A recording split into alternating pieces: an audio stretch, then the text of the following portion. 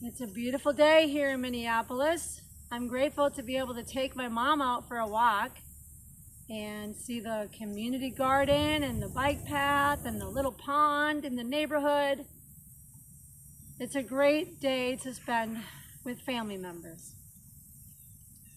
And speaking of family members, my heart goes out to the families who lost their children in the horrific school shooting in South Minneapolis yesterday. Beautiful South Minneapolis. Crime's not supposed to happen there, right? Parents are reeling with grief. My son went to a religious school, and I would be horrified if that happened to him. Friends and family were calling me all day to check on me from around the country. And then a Mexican relative called me and said, "What's transgenderism? And how did he get the guns? And why is it legal to have so many guns in this country?" Where do I begin? With the George Soros liberal agenda? Second Amendment? Our forefathers wanting to have a well-regulated militia to protect them against tyranny? Well, Police Chief O'Hara weighed in. The sheer cruelty and cowardice of firing into a church full of children is absolutely incomprehensible. Mayor Jacob Vito King Frey shared his outrage at the horror. There are no words that can capture the horror and the evil of this unspeakable act. Every one of us needs to be wrapping our arms around these families, giving them every ounce that we can muster. These were Minneapolis families. These were American families. And the amount of pain that they are suffering right now is extraordinary. And don't just say this is about thoughts and prayers right now. These kids were literally praying. It was the first week of school. They were in a church. These are kids that should be learning with their friends. They should be playing on the playground. They should be able to go to school or church in peace without the fear or risk of violence, and their parents should have the same kind of assurance. Tampon Tim, presidential hopeful, weighed in. We often come to these and say, these unspeakable tragedies, or there's no words for this. There shouldn't be words for these types of incidents because they should not happen. Obama gave his 2 cents worth.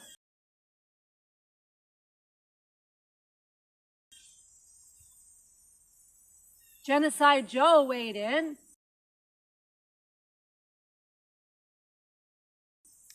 And even Orange Man had something to say.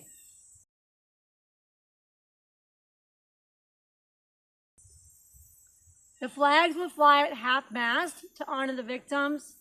Therapy and counseling will be offered to the families.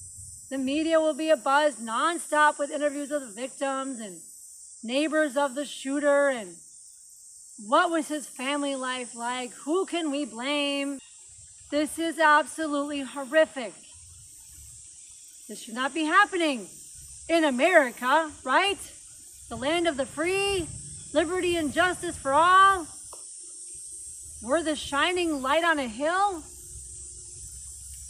But you can be sure that any culture war issues that there are to be exploited, the streamer bros will be milking them for all it's worth.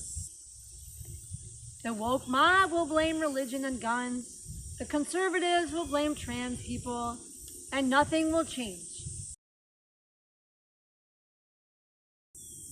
I just finished writing an article about the Uhuru doula program in North St. Louis.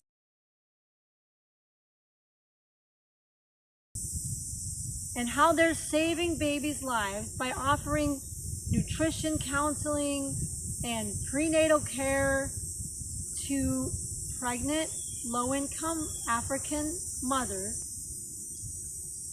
This is the same African People's Socialist Party that Biden's DOJ sent the FBI to violently raid 2 years ago, accusing them of being Russian agents for opposing the Ukraine proxy war.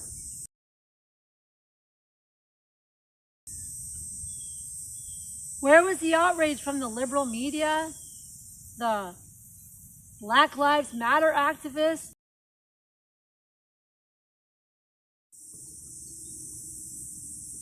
My first reaction to this event was Atlanticist pathology.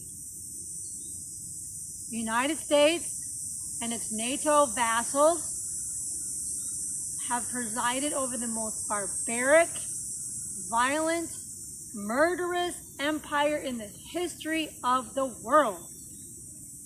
Our elected officials are bleeding us dry to pump billions of dollars into Nazis in Ukraine to fight Russia to the last Ukrainian. Neo-Nazi banderites in Ukraine have literally been shelling innocent children and families in the Donbas region in eastern Ukraine for 10 years. Where is the outrage? The Alley of Angels Memorial in the Donbas is a tribute to the hundreds of children that the neo-Nazi regime in Kiev has killed over the last 10 years.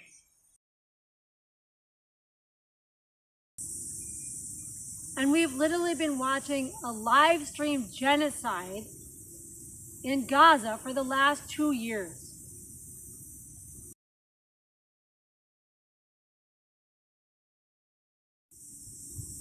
My second reaction was, I wonder if those parents have health insurance. Who's going to pay the emergency room bill? Hey, Bernie, what happened to Medicare for all? A Medicare for All program is the way to go. Hey, AOC, Ilhan Omar, what happened to force the vote? All of Washington is not incentivized, on the whole, not incentivized to work in actually expediting guaranteed health care in the United States. Now, does that mean it's not going to happen? Absolutely not. Because mass movement organizing can force it to happen. Force it to happen. Do not trust any political party to automatically work in your interest. I call on everybody in independent media to join this mission. Force it to happen. Force the Congress to show which side are they really on. No vote for Nancy Pelosi unless Medicare for All is put on the House floor for a vote. Start bringing the ruckus on the Democratic Party. Hypocrites, all of you. The shooter's manifesto included a call for the assassination of Donald Trump. And the shooter said that he had dark thoughts. He was obviously very troubled. But is it a surprise in our culture when the media algorithms pump us full of despair and hopelessness and hatred towards our neighbors? Our young people have no hope. As far as assassinating Donald Trump, there's plenty of things to be angry at him about.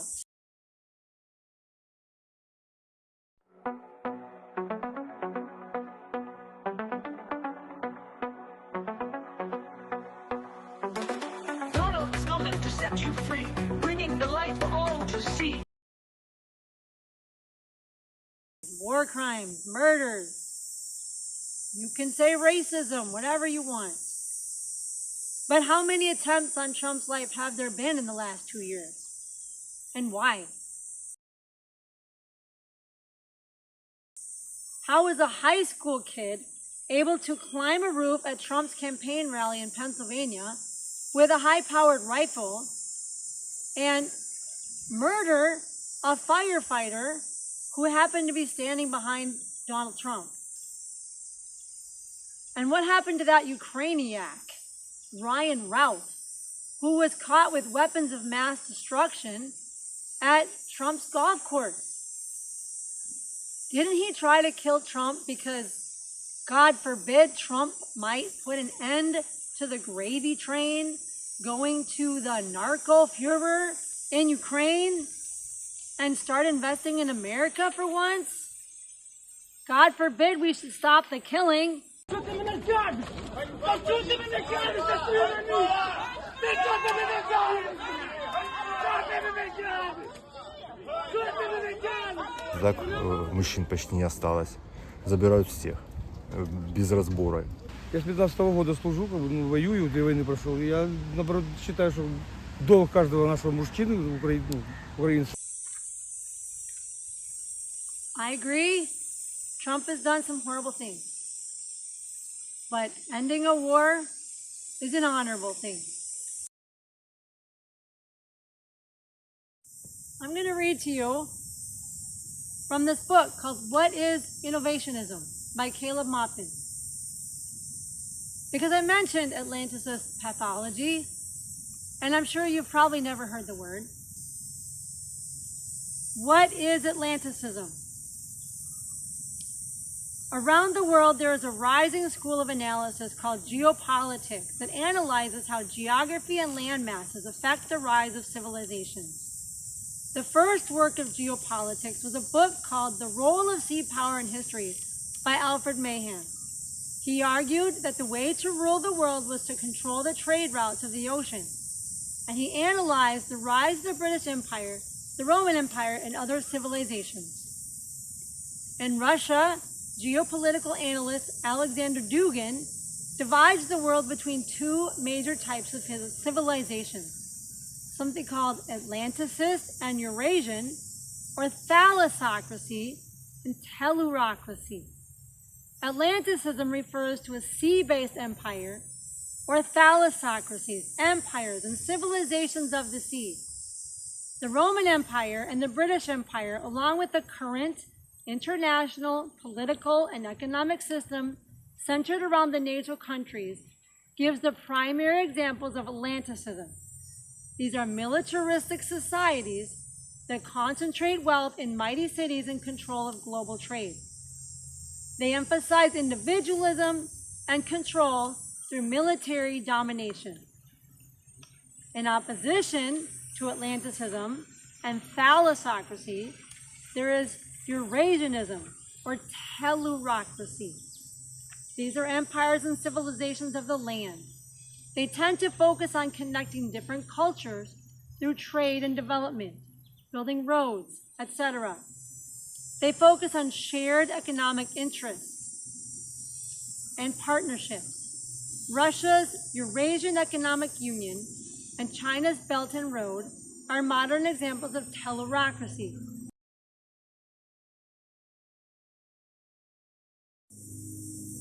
What is the Atlanticist pathology? In the first textbook of the Center for Political Innovation, Caleb Maupin spoke of the Atlanticist pathology. He noted that in 1888, a kind of murder that had never been seen before took place in Britain. The infamous Jack the Ripper, who hired prostitutes and then mutilated their bodies, shocked the world. What was equally shocking was that the London Times received thousands of letters from people falsely claiming to be Jack the Ripper, luridly describing details of the murder. Jack Ripper was the archetype of a kind of murderer that became common throughout the 20th century. The serial killer who derived sexual pleasure from violently murdering women. Serial killers were a direct result of cultural shifts that took place as Britain was emerging as an imperialist power. Parents were discouraged from showing affection to their children. Punishment was turned into a performative ritual. Sexual feelings became shamed and repressed in a much more intense way than ever before. All of this produced a form of violent, murderous insanity. It was not until the early 21st century and the rise of internet pornography that serial killers began to decline. They were replaced with mass shooters, another spawn of Western civilization, who became the primary form of murderous insanity. We came, we saw, he died. The Atlanticist pathology refers to a deviant mindset that arises from Western civilization. First, serial killers and later mass shooters both give expression to Western individualistic and militaristic ideology. They celebrate violence and asserting their will over others through violence. They are usually insecure in their masculinity and feel a need to prove their strength. And they tend to be fixated on their libido, the internal drive that connects violence and sex.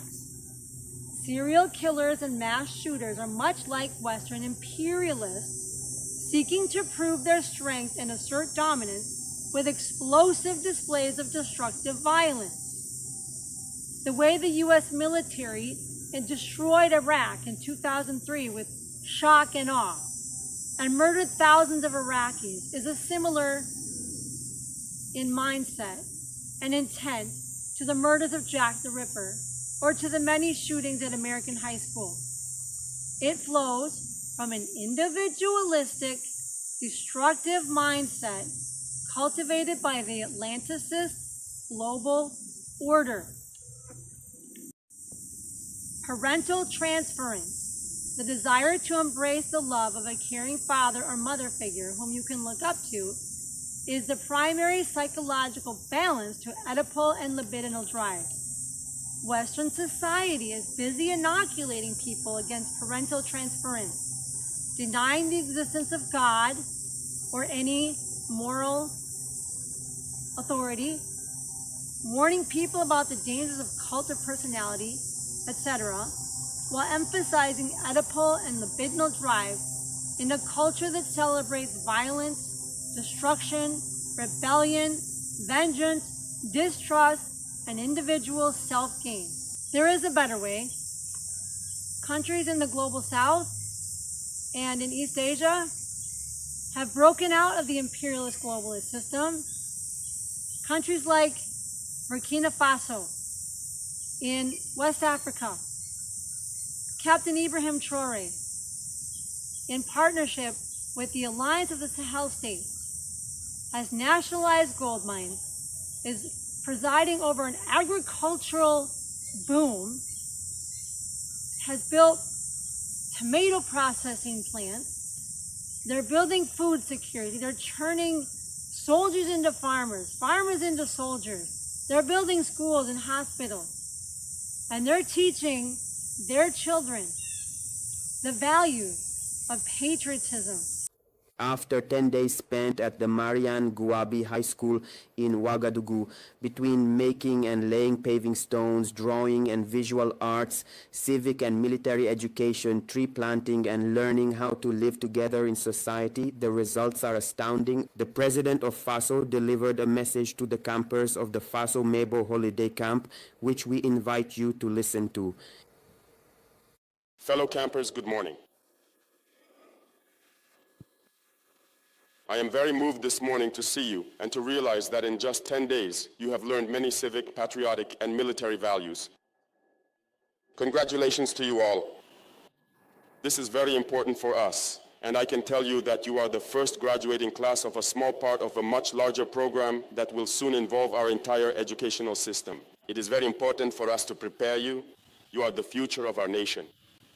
Today, Burkina is at war, but the war will soon be over, and it is you who will build our country. It is all the more true that our duty is to see you grow up in the best possible conditions, to ensure that you have enough to eat, that you can study properly in a healthy and safe environment. But it is also imperative for us to prepare you so that you do not become weak men tomorrow. Because if you live in abundance and do not understand the realities of life, you may become weak men, and weak men inevitably create times of war again. We do not wish that for you, and that is why we must prepare you to face life. You were able to live together for these 10 days, you learned to be supportive of one another, and that is all we ask of a Burkinabe. Integrity, solidarity is also part of it. If you are not supportive of your peers, you are not truly acting with integrity either. So always learn to be supportive, to share, and to love your neighbor. It is through love and unity that we will be able to build our Burkina Faso. I would also like you to understand that what you learned there is that you can't always do whatever you want. Everything is done with discipline, isn't it? So living in society means always taking your neighbor into account, considering the person next to you, and not just doing or saying whatever you want under the pretext of being free. That is not living in a society. That completely undermines our social cohesion. Keep these values in mind and share them with your classmates when school resumes. America must have a spiritual awakening and repent of the horrific crimes of genocide against the indigenous people and the Africans who were enslaved and brought here against their will. We need to unite as brothers and sisters, as working families, to turn this country around.